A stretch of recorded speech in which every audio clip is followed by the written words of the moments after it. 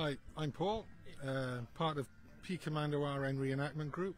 We're here today, hopefully to spread a little bit of awareness about the RN Beach Commandos and what they did during D-Day and World War II as a whole, and set up camp so that the public can come along, hear us firing the weapons, ask us questions, hold the weapons, enjoy their day basically.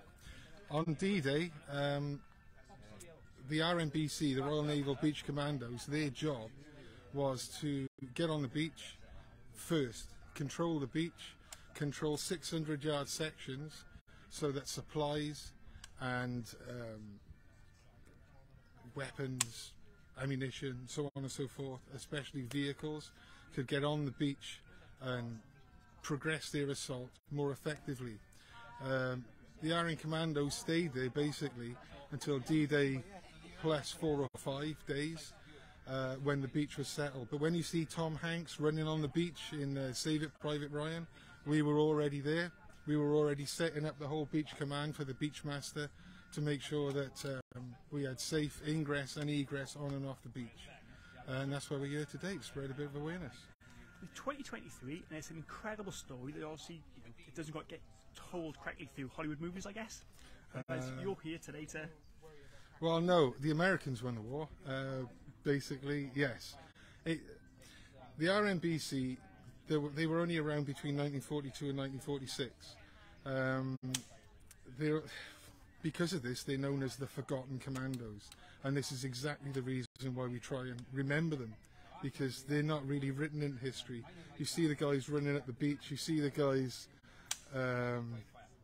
climbing the cliffs and with their bangalores and whatnot. What you don't see is the efforts of the guys with the motto first in, last off on the beach, that were getting rid of the obstacles, getting rid of the mines, getting rid of the Flammenwerfer, cutting roadways and pathways for track vehicles to come up. They were an essential part of beach assault. We didn't have it in Dunkirk, disaster. We didn't have it in Dieppe, disaster. So after these events, Churchill decided we need naval beach control parties, assault and defence parties, and he incorporated them leading up to 1944 June the 6th D-Day, which P Commando, this particular unit, was on Juno Beach, suffered heavy losses. The Juno Beach in parts is only 50 yards wide, some 500, but either way, as soon as you're up on the beach, you're under heavy German fire. So there were heavy losses for P Commando during World War II, but without them, I wouldn't have the pleasure of wearing this uniform, standing in front of you today and talking about it. Behind us, tell us about some of the things you've set up. So what's here, first of all? Okay, so we got a couple of two-man pup tents here, one in khaki brown and one in a tan, if you like. That's, believe it or not, for two men to actually dwell in. I slept in there, and there's just enough room for me to get in there. So two men and all their kit, good luck with that. That's not for me. Get me a B&B, I'd be much happier with that. This is a bit of a weapons area. You've got various weapons from the Enfield Rifles, Mosin Nagant, a Bren 303 in anti-aircraft mode with the Bren is actually absolutely stunning. And we're moving across towards a small signals area. With this area here today, there's obviously some demonstrations throughout the day? Yeah, well this area is where the public can come up, pick up the weapons, ask questions about them, feel the weight of them. A lot of them still, most of them are deactivated, but a lot of them still fire, so they can get the feel and the flavour of that weapon. So yeah, this is where you get to have a play with our kit basically. And moving on, we've got a small signals unit here that was used off the beach. There were no telephones or there were no communications on the beach, so you had to use light, for example. So this would be used off the Morse code peg there to communicate with other naval beach commandos, other ships, telling the ships the Germans are here, there and there, so the ships could maybe send some artillery their way. But that was the communication area basically. This is our mess tent where we swear, make merry, and get rowdy and generally be really abusive to each other, which is what we love. This particular sign, when we were talking about the 600 yards of beach earlier, there would be two of these signs, one on the left, one on the right. The one on the left would have a vertical white stripe, and the one on the right has a horizontal white stripe. Those signs are telling you it's clear there. Everything's been cleared. So that's telling me that's the right-hand side of the beach. I don't even need to see the other side. I know that's the right-hand side of the beach because of the horizontal white band. So if I step this side of it, I might die. I could step on a mine, a flammenwerfer, whatever.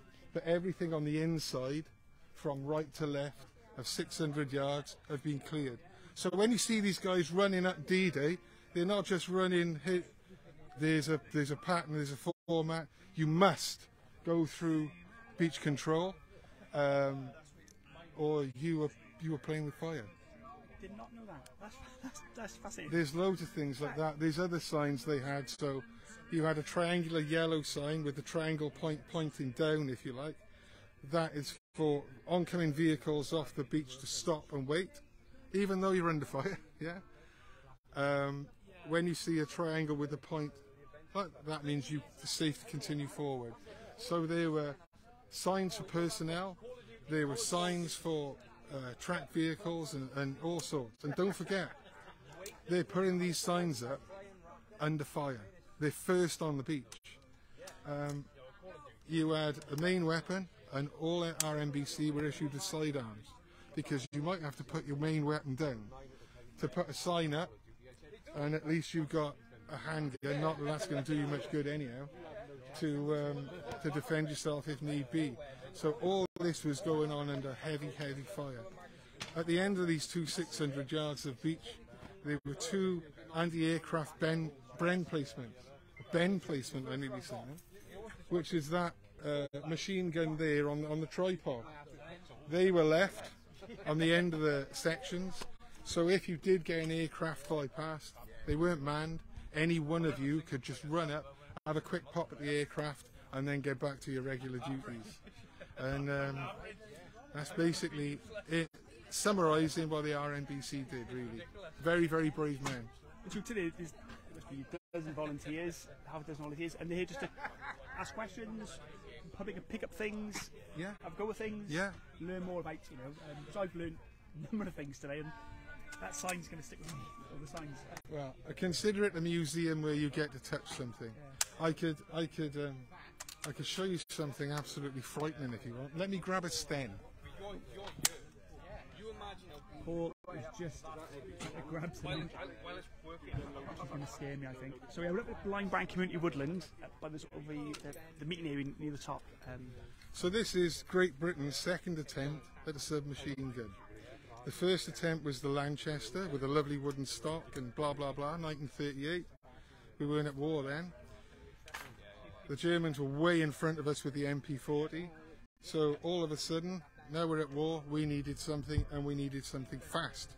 So we needed to mass produce something, and we mass produced this Sten, which is basically a bit of scaffold pipe with a spring, a trigger and a bolt. We were knocking these out one every 7 minutes, and they only cost us $13. If you look carefully, this is milled and machined, the bolt is milled and machined, everything else is stamped and pressed metal. Now, it come down to you on the line, they didn't even bother welding all the way across. Blob, blob, pass it on. They didn't think about the user. This bit of hessian is here is because when I fire this gun, this metal cuts the inside of my fingers. If you hold it here, this charger goes back and forth 600 times a minute. Your little finger's coming off. If you hold it here, your little finger's coming off. If you hold it here, you might get a misfeed, and if you hold it here, it'll get very, very hot. So this is a health and safety nightmare. What's the best gun you can get on the field? The one you can get on the field. At the time, we were desperate. Originally, these only came out fully automatic, and they had no safe mode. So, if you just watch this bolt, if I put it down gently, see that? I'm not ramming it down. That would then cause a chain fire, bam, bam, bam, bam, bam, and every round would fire out. Not very safe, but war is a pretty miserable place. $13. That's what we were. $13. One every 13 minutes. And they kind of lack at the detail there about not welding to, well. Lol. I had my car welded this week and it cost me more than. I hope it was better than that. The man said there's a lot of welding being done on that, and that is what people would take in to, such a incredible event. Yeah, so that was our second attempt at the machine gun, submachine gun specifically created for World War II, and it is literally, there's nothing to it. That's it. Okay, so you got your spring, your cap, your magazine, charger plug, bolt. That's it. So you can see why they were very well sought after with the French resistance, because if the Gestapo was coming down the street and you had one of these, you just quickly take it apart in your coat and away to go. Yeah. When they were being transported, that would pop down. So look, you'd only need a little box, and you could get 5 of these in a small crate and drop them into France for the resistance, and you're away to go. But it basically shows you how little there is to these. There's absolutely nothing to them. Pull the trigger in to get the bolt back in your charger.